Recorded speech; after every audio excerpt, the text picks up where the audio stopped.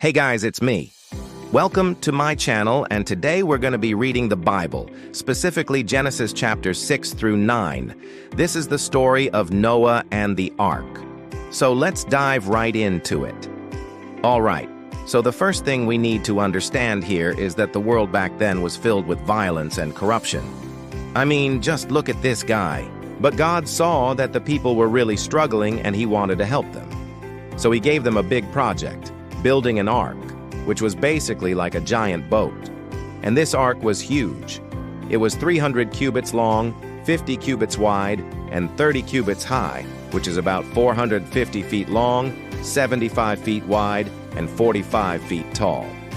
That's the size of 3 giraffes stacked on top of each other.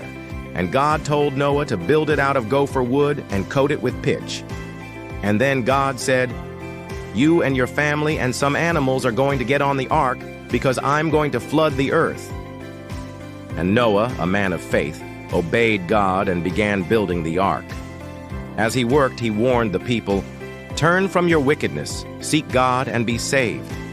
But the people only laughed and ignored his words.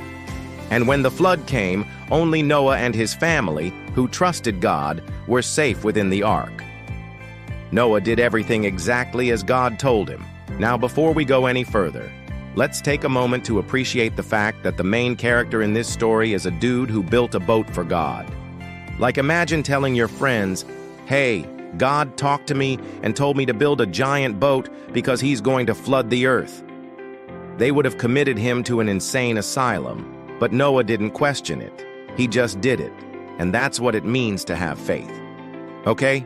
So after Noah finished building the ark, God said, "Okay, you passed the test. Come on in along with your family and 2 of every kind of animal." And that's when the rain began. And it rained for 40 days and 40 nights. And the rain was so intense that all the valleys and fissures of the earth were filled up.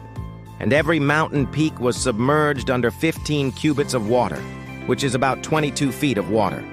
All the living things that hadn't gotten on the ark were swept away. Then after 150 days, God said, "Hey Noah, the water levels are getting low and the ark is resting on the mountains of Ararat. You can go ahead and get off the ark and check it out." So Noah sent out a dove to see if there was any land around, but it couldn't find any. So he waited another 7 days and sent it out again, and it returned with an olive leaf. So he waited another 7 days and sent it out a 3rd time, and it found a resting place. And after all that, God spoke to Noah and said, "Go ahead and leave the ark with your family and all the animals." Then he gave Noah some land and said, "You can have it as a possession for you and your sons and their families for a perpetual possession, a reward for your obedience. And I will establish my covenant with you and with your descendants and with every living creature that is with your birds, livestock, and everything that has the breath of life, that there shall never again be a flood to destroy the earth." And that's how the world was never the same. I mean, now there was this one guy who had a rainbow fish, a giraffe with a neck tattoo, and a monkey with a banana peel. I mean, can you imagine? All right, I think that's a great place to stop.